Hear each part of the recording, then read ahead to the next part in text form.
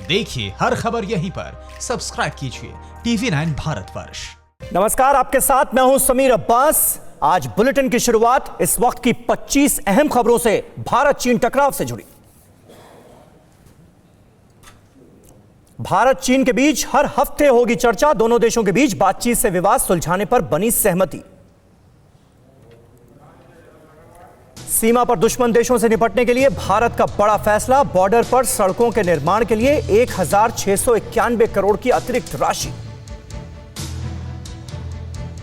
चीन से तनाव के बीच कश्मीर में एलपीजी स्टॉक करने और स्कूलों को खाली कराने का आदेश। उमर अब्दुल्ला बोले, लोगों में दहशत, सरकार को देना चाहिए स्पष्टीकरण। अनंतनाग में सुरक्षा बलों को बड़ी कामयाबी, मुठभेड़ में 3 आतंकियों को मार गिराया।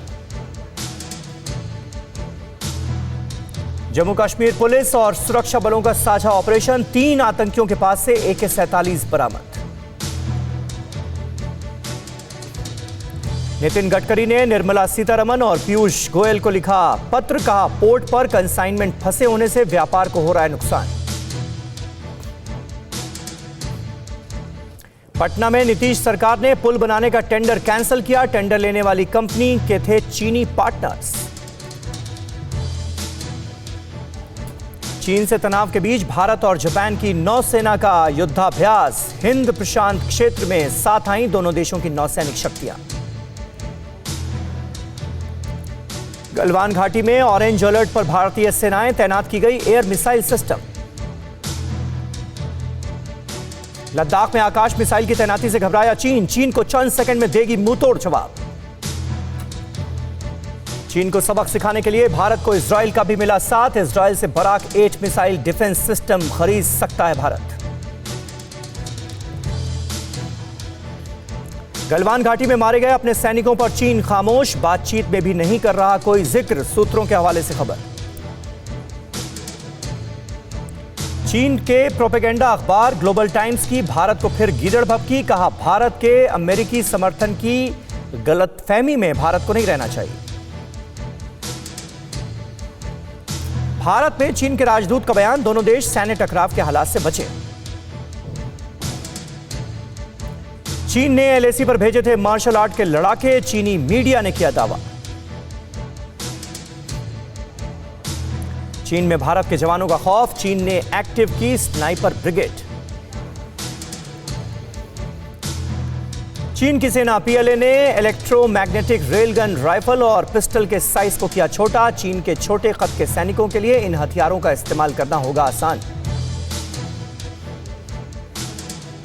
चीनी सैन्य रणनीतिकारों ने भारत के खिलाफ तैयार रहने की दी चेतावनी, कहा भारत की कार्रवाई का तुरंत देना चाहिए जवाब।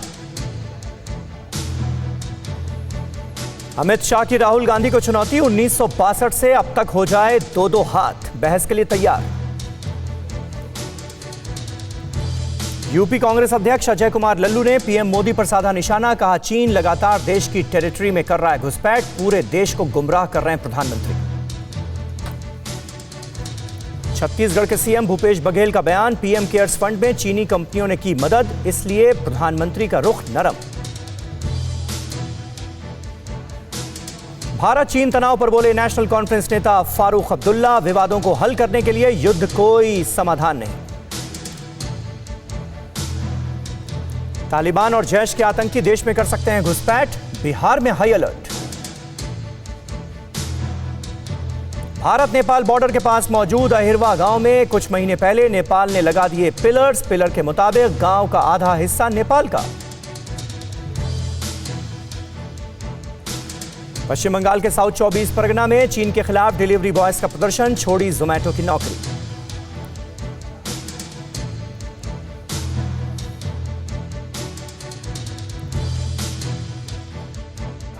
फिक्र आपकी, सोमवार से शुक्रवार रात 9 बजे सिर्फ TV9 भारतवर्ष पर।